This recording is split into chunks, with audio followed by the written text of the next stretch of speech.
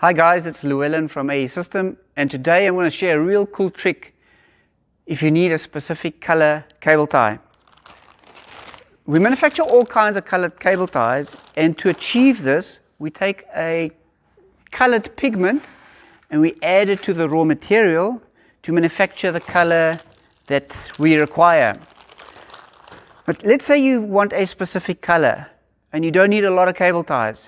Maybe to match up the color with your motorbike, your car, your boat, your mountain bike.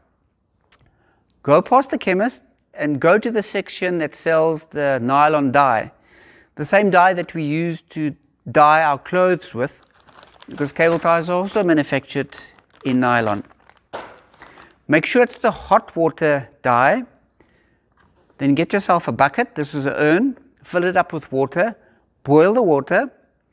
Then add your white cable ties to the bucket, and then add your nylon dye and leave it in the bucket for a couple of minutes, and once it comes out, it's the color that you want it to be.